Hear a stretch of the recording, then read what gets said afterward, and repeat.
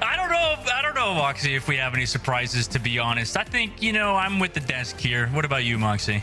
Yeah, I'm gonna go with the majority opinion. I've got to say, I'm not sleeping on Boston. Boston's sleeping everyone else, though. Honestly, that backline is absolutely correct. And they do be hitting those sleep darts. But I've been on the Birdering hype train. I know Desk has been on the Birdering hype train, too. You, however, have been singing the praises of Decay all week. Every single time I've talked to you, you're like, in my opinion, Decay did better. Yeah, Decay did really good on Tracer, right? I mean, we've seen Decay previously not necessarily... Well, he was always a star player, right? Everybody was consistently, even through the drama with, Outlaws, the Fuel at points, then coming to the Washington Justice, and now to the Boston Uprising. He's always been this interesting player where it's like he has that star power, but truly hasn't had a team that he's been able to, get a lot of wins with. Now with the Boston Uprising, right? This team truly has a star-studded lineup, which is kind of surprising for this team where they've been, since season 1, a bit confused. Yeah, we talk about, cracked backlines and really good tank players. Look no further than Boston Uprising, because this is honestly a team that are likely going to be able to rival the star-studded lineup, the likes of Atlanta Reign, who is looking extremely dominant, so too are Houston Outlaws. And Boston, they have a little bit of safety cushion, right? They already know that they've qualified. They already know that they're going to be top seed at the moment of their group. So as a result, they might experiment the way that we saw Houston Outlaws do yesterday. It seems, however, like they're just here to finish things off quickly. Meta composition coming out from them. Birdering going to be on the Sojourn. Smurf going to go in deep onto the backline with the Winston, as Hybrid expects the dive, is going to be looking for some of these players, trying to keep Birdering in check before the Railgun can charge up, looking for that one-tap potential, as they do see a little blink of Decay, who decides to be a bother on the Widow and allow Birdering a lot more space to be able to move around freely with, not having to worry about the one-tap. Okay, points unlocking. Hybrid's back in spawn. Peps are 4 versus 5 back on this point now. You have to use Suzu to keep her Junker Queen alive. Wait for Hybrid to come back, who's still on Widowmaker, by the way. So he's just kind of playing at the back of the map. Boston Uprising take the point first. Naga's forced to recall, but maybe all of that time spent away has leveled up Hybrid. He traded back Birdring. Decay does get Naga, though. It's Smurfs on Cron up, so no, this Junker Queen comp is in fact not going to win this first fight. Boston Uprising now come through with stagger kills.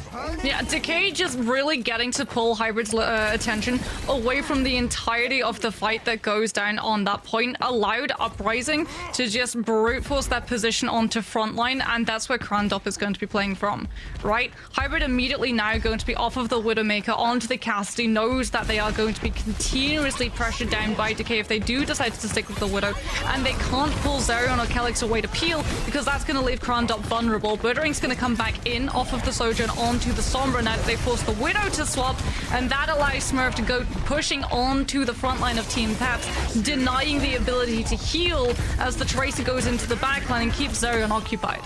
Yeah, it's a bit of a dismantling of the Peps, and for Boston Uprising, right? I mean, people kind of meme on Lee Jae-gong, I feel like, but he's a fantastic Lucio, and that in large part, I think the memeage comes from a big four-headed man named Matthew DeLisi. So I think Lee Jae-gong, obviously one of the best supports in the game, and Moxie, Boston Uprising, they have so many ultimates besides that EMP for this fight. Peps, they have to worry about pretty much everything in the dang gang. Suzu already used from Zerion. Kitsune Rush thrown into the inside of this angle, but they're actually not able to find a kill until now. Smurf jumps onto the head of Zerion. Hybrid goes down to a pulse bomb of Decay, and 80% now on the board for the Uprising.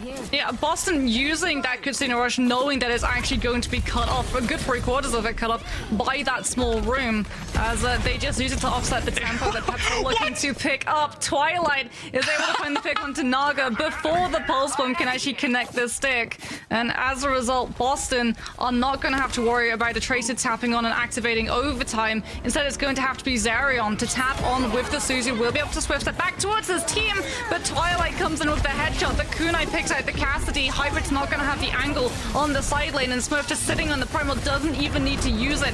Tickling down the squishies, as now we see the Primal finally come on through, pushing Crandop away from the members of Boston, making sure that he doesn't mash connect those wounds and get the self-sustain necessary for the Junker Queen to be able to hold on to that point long enough for Zerion to cycle back online. Wow. Nice job by Boston Uprising. No, it doesn't seem like they are in a Houston Outlaws situation where Ilios, they do a little bit of trolling. Now in this situation, right, going up 1-0 over a contenders team, over Team Peps, a very, very large fan base that they have, the French fan base. And for Team Peps, Moxie, maybe on well they could mix things up. What do you think they do differently here? Well, it does seem like they're just going straight for the hard counter of this Winston with Naga on the Reaper. He has been known to pick up the Reaper, and it does have significant value. Obviously, if the dive comes through, Smurf is going to be putting himself in a position for the Reaper to be able to pick him apart.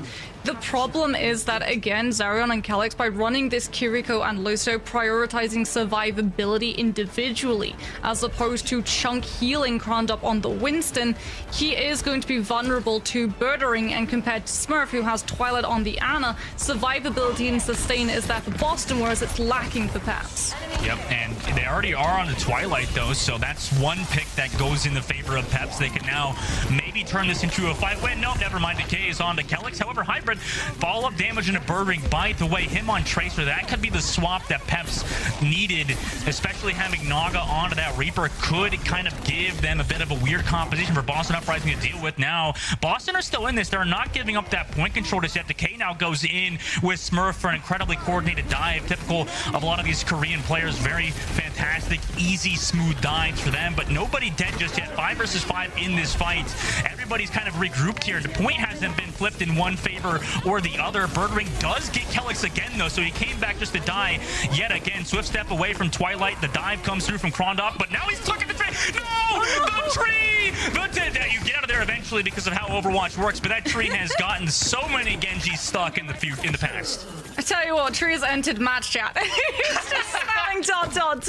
Saints may not even be playing, but Tree's still griefing these players. As Boston, actually, I'm such a fan of the changes that they make. Birdering sees that Team Peps, they're running this dive, they're running close-up brawl as well in the form of that Reaper. Goes for the Soldier, know that if he gets dove upon, he can power slide away from consequences. Twilight immediately off of the Ana onto the Kiriko for the sustain. But Krondop did find Lee Jae Gon, who was going a little bit too aggressively, trying to find those things. I'm dying. There's no way that has happened. Twilight TP didn't have climb because he used it before he TP'd, and he's question marking himself. I mean, that's only fair. Beat drop committed from Lee Jae Gong. So many wacky things have happened. I don't know how Birdring didn't die to a pulse bomb either, but Uprising without their flex support still managed to capitalize onto Peps because they don't have any ultimates. Lee Jae Gon, thankfully, is able to find 2 in the absence of Twilight. It's unfortunate dip towards that well. We still don't know the answer to the question, what exactly lies at the bottom of it that does guarantee insta-death to even players like Kiriko, as it is going to be a rush coming through from Zarion. T-Peps trying to use it to engage back onto Uprising before Twilight is in position to use one of his own.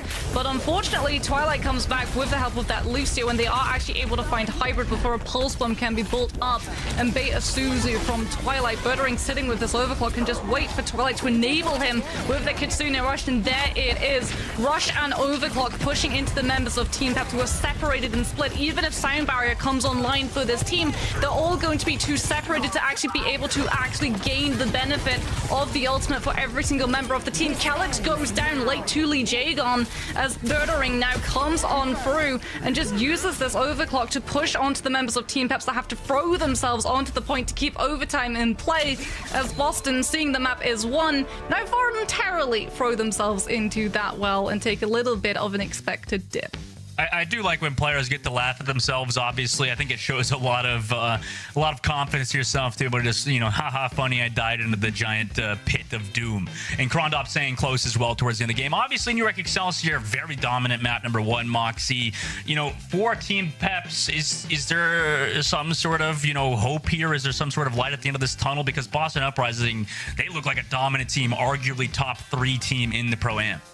Yeah, I think this is the main concern about Boston, definitely in terms of their DPS lineup, right? How flexible it is. So you can't just go, okay, well, maybe we're going to try and force them towards that Rhine Rush, because once again, we can just see that Birdering, he has that flexibility, that versatility to be able to go through all of these different hit scan and make it really hard for this Rhine composition to find its feet. That's why we were seeing Krondop just continuously stay on the Winston, because they find value in that first fight where they're able to push onto Twilight, find the pick onto the Ana. That's, however, when we see, again, that flexibility come through. Twilight immediately swaps off the Ana onto the Kiriko, and it becomes so much harder for Peps to be able to find those opening picks. Well, let's see what both teams decide to run on the next map. We're going to hybrid, so don't go anywhere, guys. We're going to a short break. When we come back, that map number 2. What's up? Enemy here.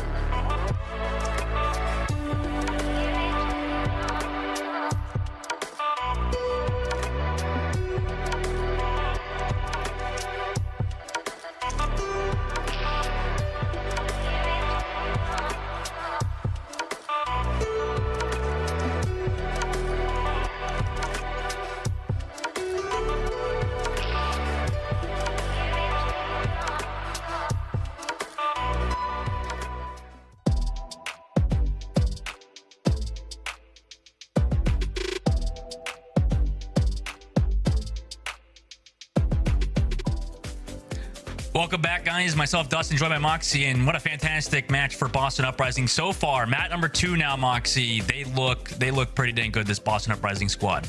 Yeah, they look exceptionally good. And again, a large part of it does come down to that absolutely cracked backline. We saw Twilight take a little bit of an early dive in terms of going down on the Ana. And this is actually really interesting that Lee Jae-gon is going to be coming out of the roster. So no Lucio, instead Izayaki is going to come back for this team. And I remember when Jonak went out and retired, a lot of players were looking for the next Zen player who would be able to pop off and pull in with those orbs, pull in with the damage. Izayaki Izzyaki was one of those players that stepped up to the plate, and he should be coming in either for that Zenyatta pick or to be able to flex onto the Kiriko, as we can have a look and see that Twilight is also a dab hand at the Kiriko himself. For sure. These Kiriko players, I mean, are so dang good now, especially Twilight looking for that damage. Obviously, 3.3 thousand damage done. Also, 4,000. I mean, a lot of these stats don't really jump out at you, right? This is the problem with a lot of people looking at stats. Wait, the one death does. For sure. But, like, at the same time, when people talk about stats in Overwatch, just sometimes roll my eyes at it because it's like, you know, some of these teams are just so dominant where they don't really build up those stats. You don't really see a lot of these fantastic players that are able to build up those stats, but like you mentioned, deaths are going to stand out more than anything for dominance, right?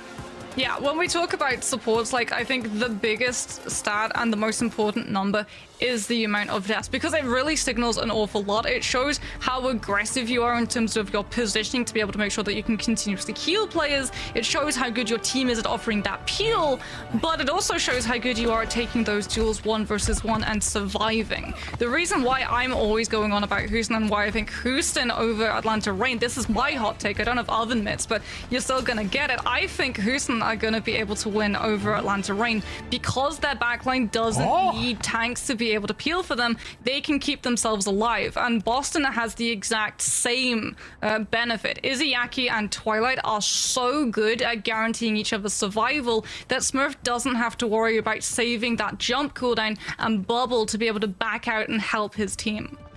That's a very good point. With the little square off between Birdring and Smurf. I mean, who would come out on top, a Bird or a tiny little Smurf?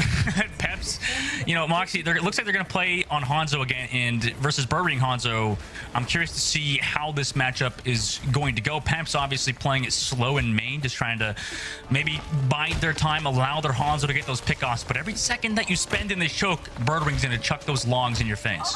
Yeah, and he's got that Sonic as well, so he knows exactly where Peps are going to be playing from. Is able to land a gorgeous shot onto Krandov as well, who has to use that bubble immediately. And as a result, he can't keep holding himself onto that high ground, has to drop towards the low and wait for it to come back online to be able to keep applying pressure onto Uprising's back line. DK does fall down pretty low, but doesn't go down, most importantly, as Birdring now hops up onto the high ground from the window to keep applying pressure onto Krandov.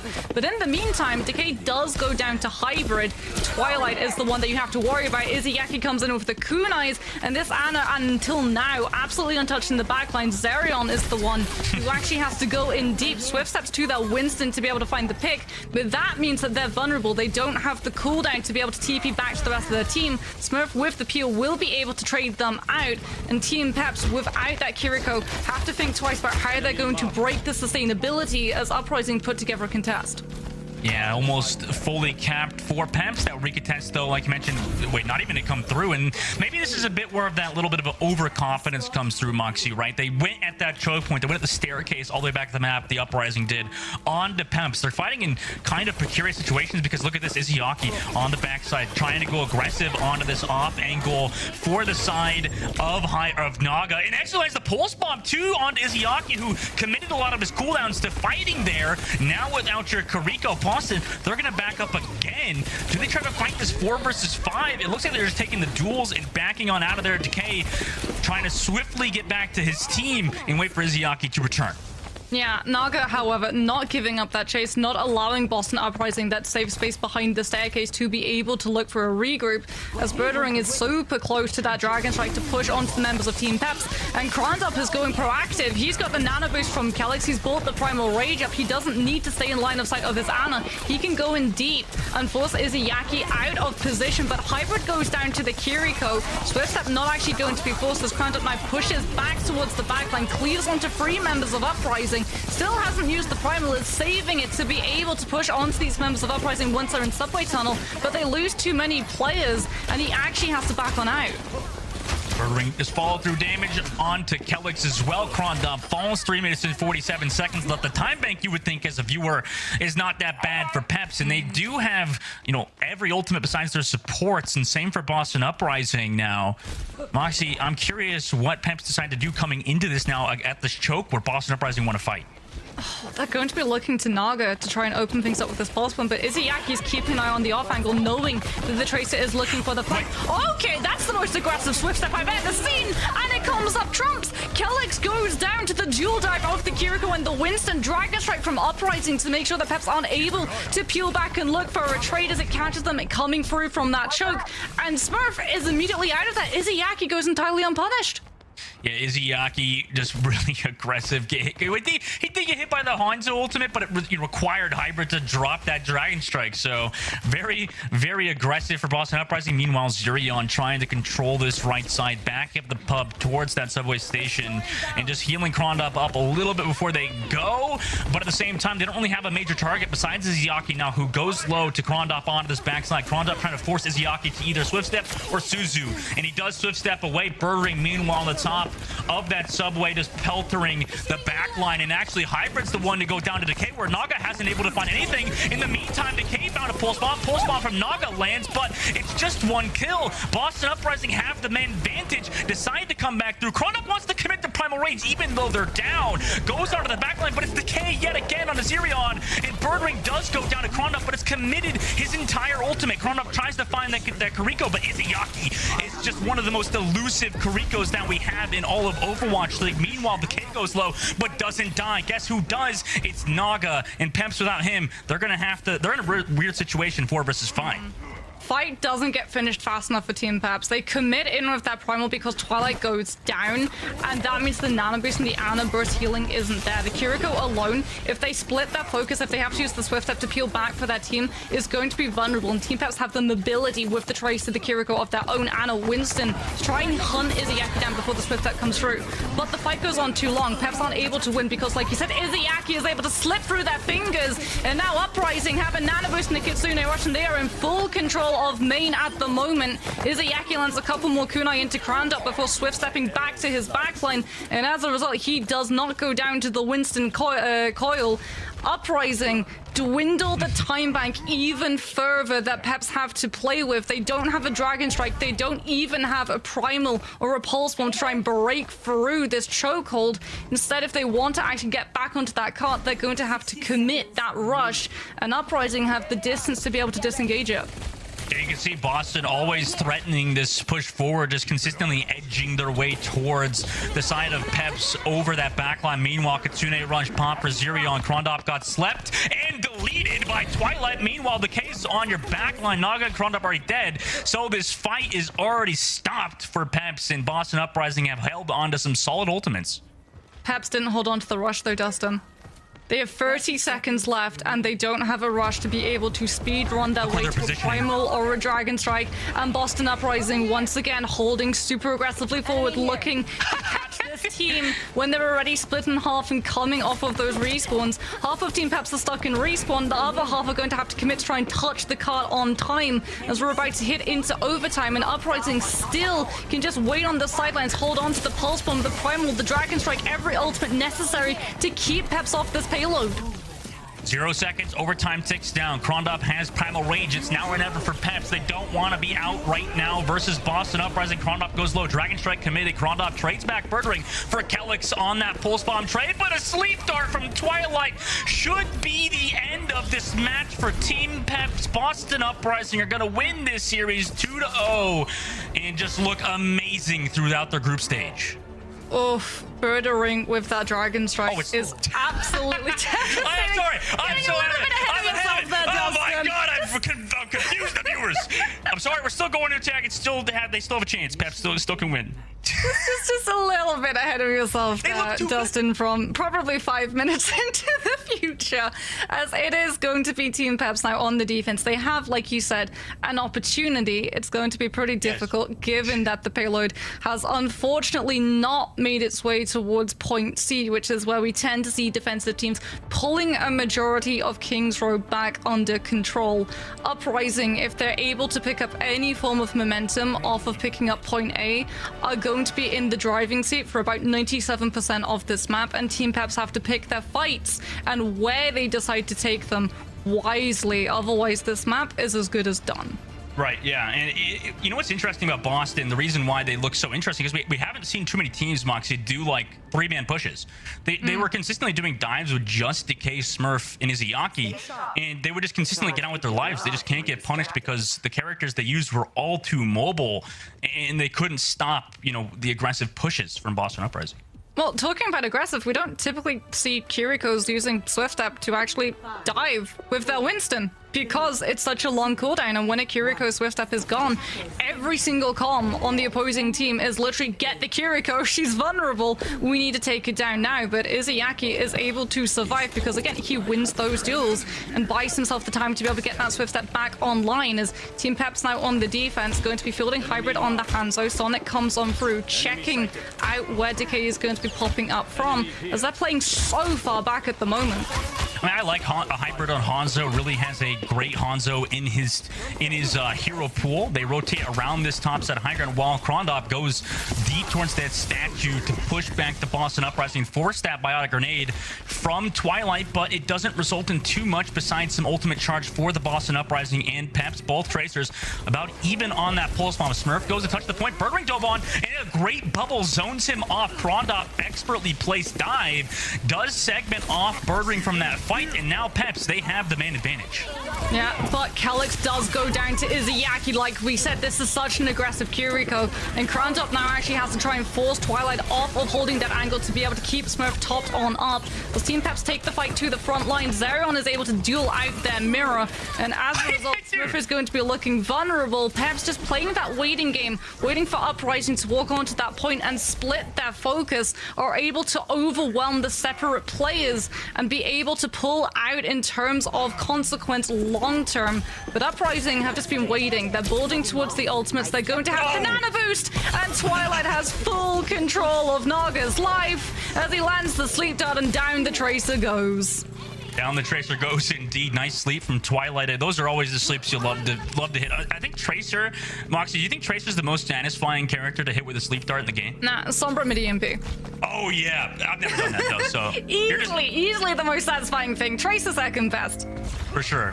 And now for Boston Uprising, a satisfying thing for them would be to get the victory here. 4 minutes and 30 seconds now after capturing this first point. Peps, though, do have some ultimates. They could potentially stop Boston Uprising here, but with Izayaki on these off angles, like you mentioned, Moxie, that he's been able to do, he's just doing so much work. Birdring, though, segmented off from his team again. Both supports kind of fighting on the off angle, keeping themselves alive. Meanwhile, Hybrid with the nano boost able to defeat, and the backline got juggled forward and still is getting juggled forward. Smurf eventually finds him, but it almost set up Hybrid to get a crazy trick shot in the air. But Boston Uprising still coming out with this man advantage. Surely will stop Krondop's push here, and pretty much one fight territory now for Team Peps. Yeah, the important thing for both these teams, however, is that that fight was won and lost on the cost of one ultimate. Calyx used the nano boost, Smurf used the primal. Both of these teams coming into this next engagement with 4 ultimates. Granted, it's a lot more important that Peps walk away the victor because of the way that Boston Uprising are pushing this team away from. They didn't get stuffed up at that choke for too long. We're heading into final fight territory. If Uprising walk this next fight, they've won the map and the series, as Birdring sits back towards that building, has the Dragon Strike already built up to push onto the members of Team Peps, as Izayaki is the one getting pressured now by the members of Team Peps, dodges away from the pulse bomb coming through from the Trace, and drops in the Kitsune Rush to be able to hold himself aggressively to keep that duel going. And as a result, Peps' forces on the front line to try and deal with the dive that comes through from Smurf are entirely depleted. Yeah, there's not much that Krondop could do in this situation. Now low HP out of there, and finally we can call it potentially if Team Peps comes back. I don't want to call it too early. I've done it in the past.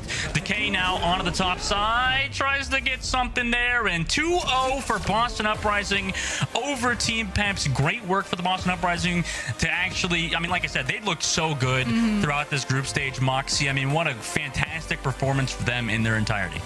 I mean, Izayaki literally, with that Kitsune Rush, just paints a target on their back, goes, look, I I'm bright, I'm shiny, look at me, just keep looking at me. Definitely don't peel for your Winston. Don't look at the fight going on in the card. It is only me. He's just living in their heads rent-free, and all of the resources that Peps have to put into trying to pin that Kiriko down and dealing with that rush just leave Krondop vulnerable on the payload, which is the most important part of King's Row in that moment. Peps had to play around the payload, had to use those ultimates to try and force Boston away from having that control, and it just doesn't happen, to the point that we even see Veteran doesn't even need to use the Dragon Strike to secure that possession of it, because everyone is too busy dealing with Izayaki on the side lane. And our player of the match is going to end up being Twilight, obviously. Maybe, you know, because he was a little bit of a feeder there on Ilios, potentially, but also realistically just hit so many crazy sleep darts. Had a fantastic Kiriko as well, Moxie. This guy, one of the standout players of all time. Kind of, I wouldn't say Twilight's underrated, but I feel like the community doesn't give him as much love in the flowers that he so desperately deserves. Yeah, especially in the Ana role. It feels like a lot of other names always come up before Twilight, but his sleeps have been absolutely exemplary. Right onto Krondop, which is probably the easiest one, but honestly, the sleeps onto the Tracer. That he's able to catch that sleep onto Naga immediately opens up point A for the entirety of the team, because the counter dive onto the Ana, that focus that they're looking to pull Twilight away from being able to look at Smurf from, that exact moment right there is the heel turn that allows Boston to fully commit into that fight. And like we said, when we look at supports, when we look at stats, one number always stands out among the rest, and that's deaths. And when you're playing Ana, the fact that you're under 5 deaths per 10 minutes goes to show how good you are at staying alive. And also, I will say, by the way, a little bit of an extra shout out, because Twilight is a more healing focused support. He just consistently has some of the most, like Crimzo almost, right? These guys really focus heavily on healing rather than damage, usually resulting in their team living. I mean, I think Smurf had 0 deaths throughout this entire series as well. So fantastic work from the Boston Uprising. We'll see how they do later on in that playoff series. But you know what else is on the line? The next match is going to have a lot of playoff implications. So don't go anywhere, guys. We'll see you after this short break.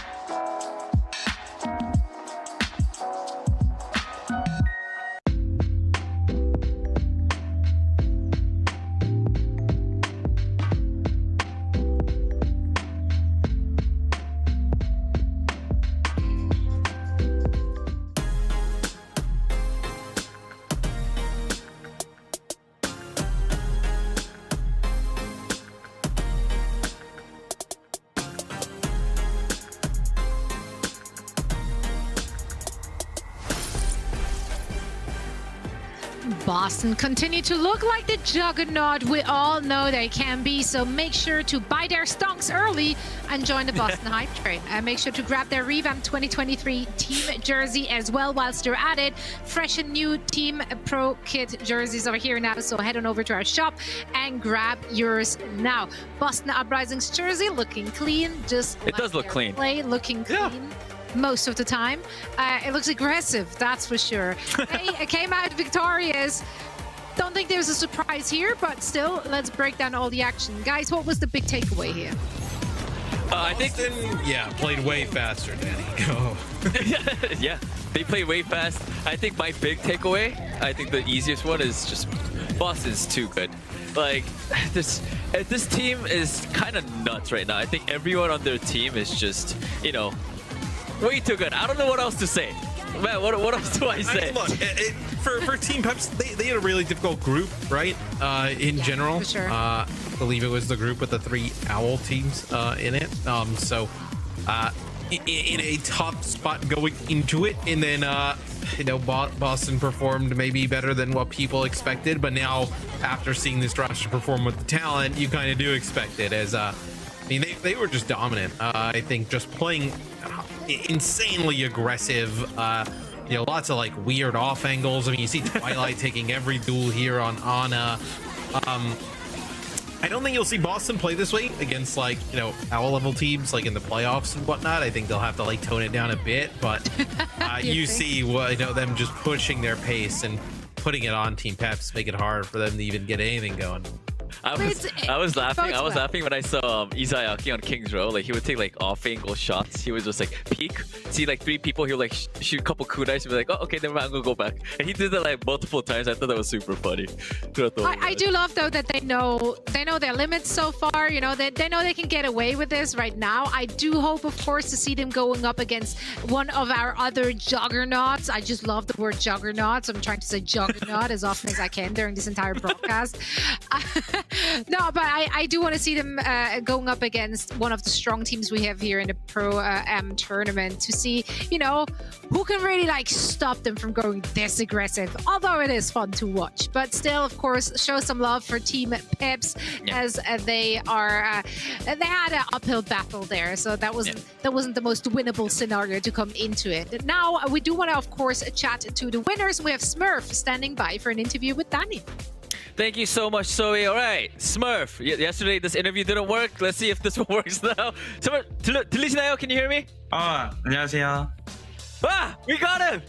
들리시죠? Okay, we got him. Smurf could hear me. I could hear him well. Perfect. Of course, big congratulations on the win against Team Peps. I do want to ask, this Boston Uprising team is just such a stacked roster. You guys have so many veterans and people, and most of your players have at least once won the Overwatch League. So with so much talent on the team, like how has that teamwork? Were there any like problems with teamwork or anything, or is it just smooth sailing? 자, 첫 번째 질문은 이번 현 보스턴 업라이징 로스터를 이렇게 보면은 굉장한 선수들이 많잖아요. 이제 스머프 선수도 그렇고 모든 팀원들이 제가 봤을 때 거의 다 대부분이 우승을 한 경험이 있는 선수들로서 이제 뭐 팀 합이나 좀 이런 걸로 봤을 때 좀 문제가 있지 않는지, 아니면 다 그냥 좋은 친구들이고 다 이런 뭐 팀워크 같은 문제는 다 좋은지 여쭤보고 싶습니다. 일단은 이제 거의 대부분의 선수들이 이제 각자 다른 팀에서 오기도 했고, 이제 의견 차이가 있을 수는 있지만 저희가 이제 아직 정규 시즌 전이기도 하고 이제 맞춰가야 되는 과정이라고 생각해서 그렇게 큰 문제라고 생각되진 않아요. I mean, yeah, because most of the players that has joined the Boston Uprising team are from a lot of different teams. So because of that, we had different experiences. We have different thoughts about how to play the game. But we're still in the process of getting on the same page. But I don't think there's any huge difficulties or differences to name of.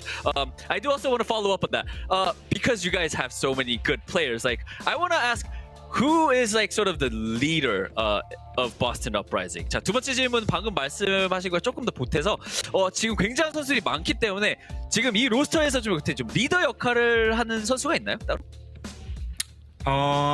리더 DK 선수가 잘 선수들 이끌지 않나 싶어요. DK 선수가 그 좀 그 네. 특별한 이유가 있나요? DK 선수 어떻게 리더가 됐나요? 아마 이제 형들한테도 되게 이제 친근하게 대하는 선수기도 하고, 예, 네, 그냥 장난을 많이 치고 막 선수들이랑 대부분 다 친해서 그렇게 생각해요. Alright, I think Decay is sort of like the leader for the Boston Uprising team, mainly because he's just very friendly and very funny. He has a very funny personality, so he gets along with a lot of the players. So I think right now, Decay is sort of the leader of Boston Uprising. Alright, Smurf, my last question. I do want to pick your brains on a certain composition. I feel like starting from, I don't know when it was, but we're starting to see a lot more Doomfist being played by main tanks, such as yourself. Fearless has played a couple times, and also Junbin from San Francisco Shock as well. Is there a special reason for Doomfist being played? 자, 마지막 질문으로 스머프 선수뿐만이 아니라 요즘 최근에 들면서 이제 특히나 한국 메인 탱커들이 좀 더 둠피를 기용을 하는 게 좀 보였던 것 같아요. 이제 스머프 선수, 또 뭐 피어레스 선수도 그렇고, 준빈 선수도 그렇고, 둠피를 사용한 좀 이유가 특별하게 있나요? 이제 둠피스트 같은 경우에는 이제 윈스턴이랑 이제 하는 역할은 거의 비슷하다고 생각을 하는데, 이제 좀 더 생존 부분에 있어서나 아니면 이제 상대 이제 킬 캐치하는 능력이 이제 둠피스트가 좀 더 괜찮을 때가 많아서 자주 기용되는 것 같아요. Alright, I do think we're seeing a little bit more Doofus being played because it is sort of like it feels the same role as Winston, but the only difference is that it's sort of easier to see when to go in for the kill, and also for the survivability aspect for Doofus, that hero is a little bit better. So that is why you're seeing a bit of Winston and a Doofus being played both. Alright, Smurf, I'm going to end the interview here again. Big congratulations on the win, and thank you so much for the interview. 자, 인터뷰 여기서 마치도록 하겠습니다. 감사합니다. Thank you so much, Smurf. Congratulations to the Boston Uprising. Thank you so much, Danny, for getting the juice for us. Yeah, honestly, I'm a little surprised to hear that DK is the leader and that he's the funny guy. I didn't see him as the funny guy. I don't know why. Surprised me a little bit as well. With a lot of players with championship experience, it would be Decay.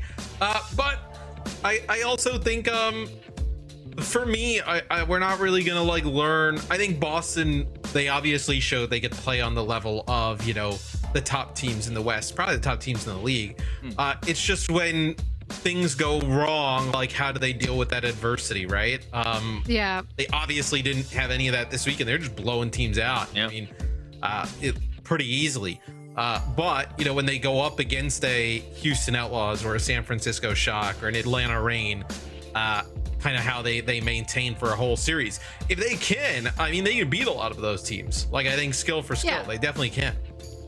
Yeah, it's about that mental mindset when you take the L, and that's when the big personalities and all those characters, that's where it can clash, depending on how they're going to be dealing with that. For now, though, doesn't look like they have to be dealing with that anytime soon, because they've been looking dominant. We are heading into our match number 3 of the day. That one will be fought out between the New York Excelsior and the Toronto Defiant. Yeah, let's set this one up in style. Of course, New York, we did see them play a little earlier. What was the big takeaway there?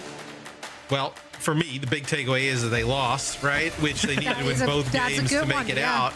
But if they win this one, then this group becomes silly, right? Because you'd have just a tie all over the place.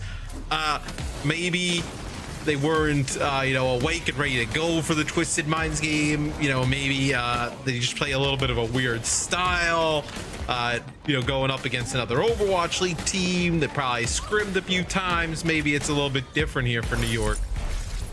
Yeah, but I mean, I think this is going to be another tough battle for New York Excelsior, because they're going up against Toronto Defiant, who has also been very dominant, I think. And every time I see Toronto Defiant now, I just think of Speedly and his interview where he just laughed, smiled, and said I'm just having so much fun on this team, and it really shows. All of the players, they have been playing together. So I think one of the biggest, plus for the Toronto Defiant right now is their team synergy, the coordination, because they have spent so much time together before. So yeah, I think this is going to be an interesting match. Absolutely, and I do think with the performances so far from the Toronto Defiant, they have won over a lot of doubters and captivated some hearts out there. And if you two are one of those people who's been won over, make sure to support them further by grabbing their support bundle, which is on sale right now. It does include a fancy team weapon charm amongst the skins you're seeing on your screen at the moment. So make sure to get that one into your game. I do love how slick the colors look of the Toronto Defiant in game. Very edgy. I like Never it. go wrong with black and red, I feel like. It's true. It's true. It's Is that just black or just a dark good gray? combo. I It's mean- dark gray. But Matt is dark he's gray- our dark gray is resident just artist. black, He knows yeah. better. Yeah. Okay. Might be the monitor. I don't know. Yeah, could be your monitor, Danny, maybe. Yeah. Maybe, probably. My monitor is Maybe very probably. old. Okay. Great information. Now we know. Sorry, guys. I'm so glad. Danny, Matt, I do want to grab your predictions for this one. I know that we've done the predictions before the day started. I don't know if one of you went back to change them.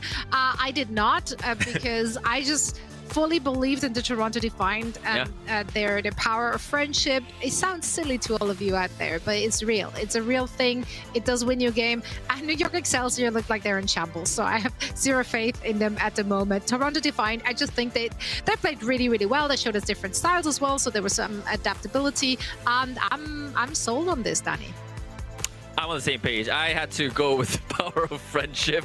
Toronto Defiant, they look very dominant, and on the other hand, New York Excelsior still sort of struggling. So I think it was an easy pick for me. I think I had to go with Toronto. I'm sure New York are all friends as well, but I guess I'd taking the stronger power of friendship on Toronto. A part of me though is like, New York, I think, is more acquaintances than friends. Yeah, That's I think by the looks Toronto of will it. win this. I also would not be super upset if New York were to win this, because it would just send the rest of the day into chaos in terms of like what happens. I do love that. But, Yeah. I feel pretty confident that Toronto handles business in this series. Right on. Okay, the entire desk goes with Toronto Defiant. So let's pick the brains of our wonderful casters, Dustin and Moxie. Who you got winning this one?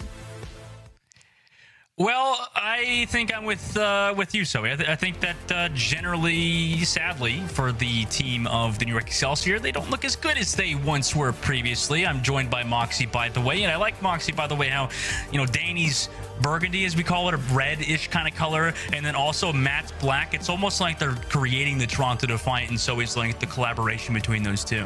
Yeah, they just need a fusion. You like the Dragon Ball, like the fusion, huh?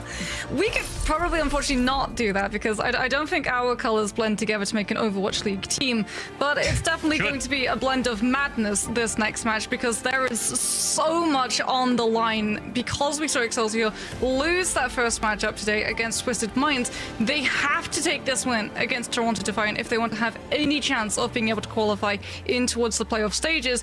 Defiant, on the other hand, get the opportunity to immediately shove Excelsior out of the running.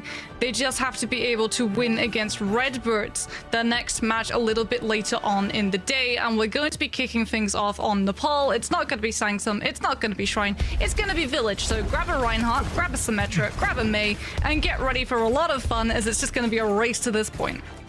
Over the top of the point, and like you mentioned, Moxie, New York Excelsior, a lot of playoff implications for both teams, obviously for the Toronto Defiant, so they have to win this series here, and especially against the match of Twisted Minds earlier, not exactly a great way to give yourself that opportunity to win. And for Toronto Defiant, they move over to this high ground on the top side to take the duel with New York Excelsior. They drop the Mei wall early, and now New York Excelsior, they actually have kind of the advantage here against Toronto Defiant. Hydra does take a bit of damage, but Shockwave is fully charged up, kind of dealt with that turret, then teleported in the back line, goes on to Ultraviolet, immediately force out his heals onto himself, doing a great job pressuring out that immortality field already. New York Excelsior now use theirs, and actually New York Excelsior, although last series wasn't as clean for them, this one has off to a great start. Yeah, getting to pressure that immortality field out from Ultraviolet early on allows Creative to hold on to Dez and allows Excelsior to use it to springboard towards that aggressive position with one of Dez. Defiant, having lost that fight, are still going to keep running this composition, but they are going to be behind in terms of ultimate charge. As Kellen is nearing towards that shadow, the fact that he was able to land those fire strikes onto the members of Defiant laid out in front of them has allowed him to have such a good head start as the Maywall comes on through. Defiant have have been able to use this to wall themselves towards that point, but a Symmetric wall comes through from Shockwave, and Kellen with the safety, knowing that there's no potential for the counter shatter, brings the hammer down straight onto the members of Defiant. Only finds the lamp, however, as Kellen falls extremely low. No kills currently picked up as Ultraviolet with the amp looks to turn it around for Defiant.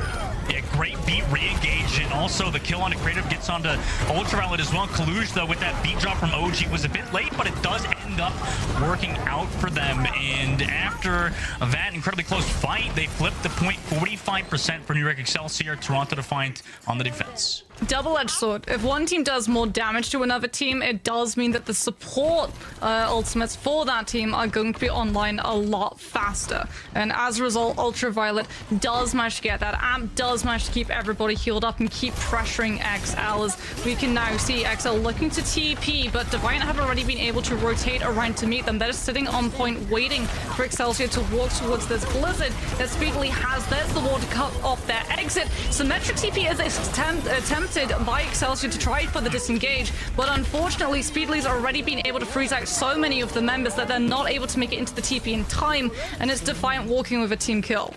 Yeah, Shockwave or Seiko using that May ultimate there. Maybe he thought they could win it, but unfortunately they end up losing it. And Hydron, I don't know, people made fun of me for how I pronounce his name. Hydron with that Symmetra ultimate. I mean, he has been so freaking amazing in general on Symmetra. It's going to be tough for New York Excelsior to come back through. They do boop out speedily, though. That was a great boop from left, but they do regroup, end up regrouping on this point. Both May walls are used. Kellen with that shatter versus Kaluj has none, so let's see if they can get a big shatter off. This would be huge if they could do it, but also Hydron has that wall still available. Then comes the amplification matrix with that fire strike. Could enable Kellen to find a kill, but they do not. Now that Symmetra wall is popped, they opt to back it up. They don't want to go into the domain of the Defiant because Ultraviolet still has the amplification matrix and Kellen has that shatter. Now they move in. Maywall committed from both sides, enabled Defiant still to hold on to this point. They're incredibly tight onto the middle of this point. Kellen waiting patiently, but it's allowed Kalush to build the shatter. Ultraviolet committed the amplification matrix. Now around the backside, Defiant have moved, but they're Maywalled off from Seiko. Shatter now from Kalush doesn't connect on anybody. Does connect on a Psycho. Counter shatter, but it hits onto Ultraviolet. Is that enough? Kellen killed speedily and overtime ticks down, but Defiant are surely going to lose here on this round. We're so at that percentage, and Ricky Excelsior flipped the point. Yeah, however, Defiant, because they were able to stall that engagement from Excelsior so many times over, picked up 99% of the point, and they're sitting in control, not just of Pokeface to set speedily up to come in with the ice picks, but also they're going to have the sound barrier to try and push these members of Excelsior out of position. They're going straight for the point. There's the Symmetra TP, but Ultraviolet gets left behind in the rotation. Psycho takes the BAP down. OG sound barrier does not come through in time to save him, and as a result, Defiant now just have to disengage as quickly as possible, baiting the Symmetra ultimate out at least from Excelsior, but that's all they're going to be able to find. What an aggressive TP play. Maywall there from Shockwave, zoned out. I'm assuming that's right, Moxie, where that zoned out Ultraviolet so he couldn't get that beat drop. That's how he died so fast.